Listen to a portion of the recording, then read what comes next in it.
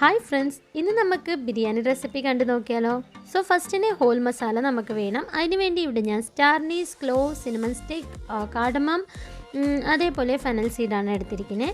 Next എന്ന് പറയുമ്പോൾ നമ്മളെ ബാസ്മതി റൈസ് നമ്മളൊരു 15 മിനിറ്റ്സ് വെള്ളത്തിൽ ഒന്ന് കുതിർത്ത് വെക്കുക.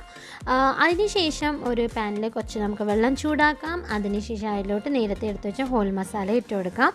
നന്നായിട്ട് വെള്ളം ഒന്ന് തിളച്ച് വരുമ്പോൾ നമ്മളെ ബിരിയാണി റൈസ് ഇട്ട് നന്നായിട്ട് ഒരു 85% കുക്കാവുന്നേരം നമുക്കിതിനെ കുക്ക് ചെയ്തെടുക്കാം. നെക്സ്റ്റ് എന്ന് പറയുമ്പോൾ നമ്മൾ ചിക്കൻ മസാലയൊക്കെ മിക്സ് ചെയ്യുമ്പോൾ അതൊരു 10% അല്ലെങ്കിൽ 15% അതിൻ്റെ കൂടെ ഒന്ന് കുക്കായിക്കോളും സ്റ്റീം കൊടുക്കുമ്പോൾ. അതുകൊണ്ടാണ്.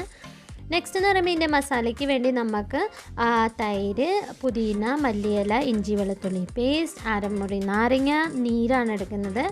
അതിന് ശേഷം ഒരു 1.5 തക്കാളി, പിന്നെ സവാള വലുതായിട്ട് നീളത്തിന് കട്ട് ചെയ്തതാണ്.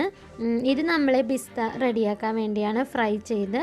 അതിന് ശേഷം ഇത് നമ്മളെ മസാലയ്ക്ക് വേണ്ടി നമ്മളിവിടെ ഒരു 1.5 സവാള എടുത്തിട്ടുണ്ട് നീളത്തിന് കട്ട് ചെയ്ത്. പിന്നെ ചിക്കൻ 1 കിലോ ഉണ്ട്.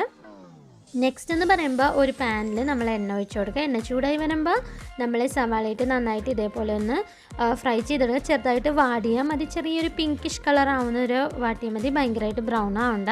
അതിന് ശേഷം 2 ടേബിൾ സ്പൂൺ ഇഞ്ചി വെളുത്തുള്ളി പേസ്റ്റ് ഇട്ട് അതിൻ്റെ ഒരു പച്ചമണം മാറുന്നവരെ കുക്ക് ചെയ്യാം.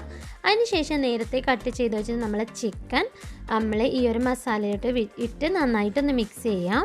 ചിക്കൻ ഒരു ചെറിയ വൈറ്റ് കളർ ആവുന്നവരെ കുക്ക് ചെയ്യാം.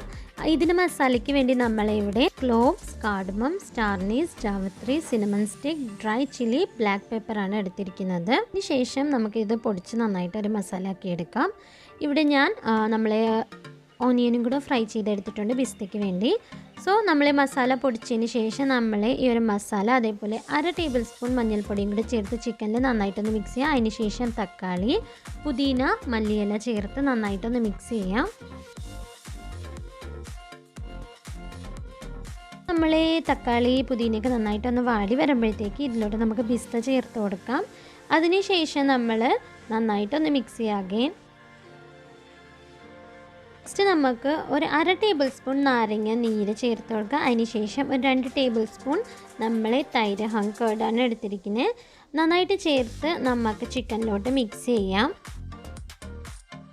നമ്മൾ തക്കാളി അതേപോലെ നമ്മൾ മല്ലിയിലെല്ലാം വാടി അതിന് ചെറുതായിട്ട് ഇതേപോലെ ഗ്രേവിയൊക്കെ വന്ന് തുടങ്ങുമ്പോഴാണ് നമ്മൾ ഇതിൽ ഉപ്പിട്ട് കൊടുക്കുന്നത്. ഉപ്പിട്ട് നന്നായിട്ട് മിക്സ് ചെയ്തതിന് ശേഷം നമുക്ക് ഈ ഗ്രേവി ഒന്ന് കുറുക്കിയെടുക്കണം. സോ അതിന് വേണ്ടി നമ്മൾ ചിക്കൻ മാറ്റിയിട്ട് ഇതേപോലെ നന്നായിട്ടൊന്ന് കുക്ക് ചെയ്തെടുക്കുകയാണ് ചെയ്യുന്നത്.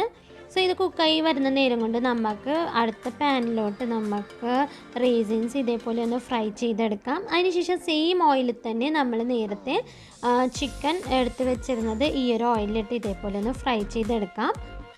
സോ ഈ ഒരു ഫ്രൈ ആവുന്ന നേരം കൊണ്ട് നമ്മൾ ഗ്രേവി നന്നായിട്ട് തിക്കായിട്ടുണ്ട്. ഈ ഒരു സമയത്ത് നമ്മൾ ഫ്രൈ ചെയ്ത ചിക്കൻ മിക്സ് ചെയ്ത് കൊടുക്കുക ഗ്രേവിയിൽ. സോ ഇവിടെ നമ്മൾ മസാല റെഡി ആയിട്ടുണ്ട്. അപ്പോൾ മസാല മാറ്റിയിട്ട് സെയിം പാനിലോട്ട് നമുക്ക് കുറച്ച് നെയ്യ് ഒഴിച്ച് കൊടുക്കാം. അതിന് ശേഷം നമ്മൾ റൈസിൻ്റെ ഒരു ലെയർ കൊടുത്തതിന് ശേഷം അതിൻ്റെ മുകളിൽ നമ്മൾ ചിക്കൻ അതേപോലെ ചിക്കൻ്റെ മസാലയും കൂടെ നമുക്ക് ലെയർ ചെയ്ത് കൊടുക്കാം.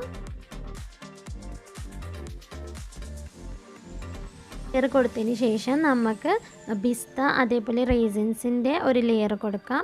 നെക്സ്റ്റ് എന്ന് പറയുമ്പോൾ അഗെയിൻ നമ്മൾ റൈസ് ഇട്ട് കൊടുക്കുക. അതിൻ്റെ ഒരു നന്നായിട്ട് ലെയർ ചെയ്തതിന് ശേഷം ലാസ്റ്റ് നമുക്ക് കുറച്ച് നെയ്യ്, റേസിൻസ് അതേപോലെ നമ്മൾ ബിസ്തയും കൂടെ ചേർത്ത് നമുക്ക് ഒരു 10 മിനിറ്റ് നമുക്ക് ദം കൊടുക്കാം.